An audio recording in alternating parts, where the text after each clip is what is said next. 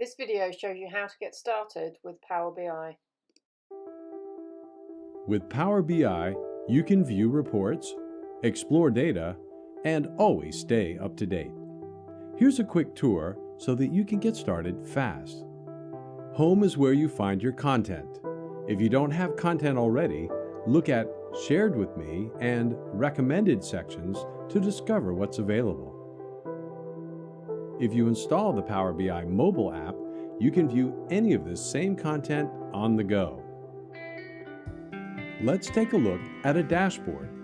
Dashboards contain data from many sources in an at-a-glance view, organized as a series of tiles. Alerts on dashboards let you track changes to your data. Click on the ellipses for any numbered tile. Then, manage alerts to set one up. Once you specify an alert threshold, you will be notified by email and on your mobile device if the metric changes. If you want to ask a question, just leave a comment from any dashboard tile. You can @mention other people to automatically notify them.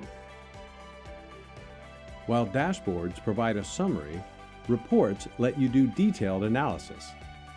Click on any dashboard tile to navigate to a more detailed report. Here you have more tools to explore your data. Filter your view by selecting Values. We'll save these for the next time you return, but you can reset to the default view here. Click Data in Visuals to highlight the impact they have on other metrics on the page. If you want to analyze the data further, you can export any report visual to Excel. Click on the ellipses, then Export Data. You'll see that summarized data includes the data from the report visual, whereas underlying data is the detailed records, in this case, each sales transaction. Click Subscribe to get a copy of this report in your email inbox.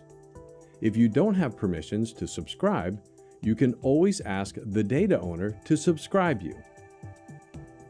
Lastly, you can favorite your Power BI content.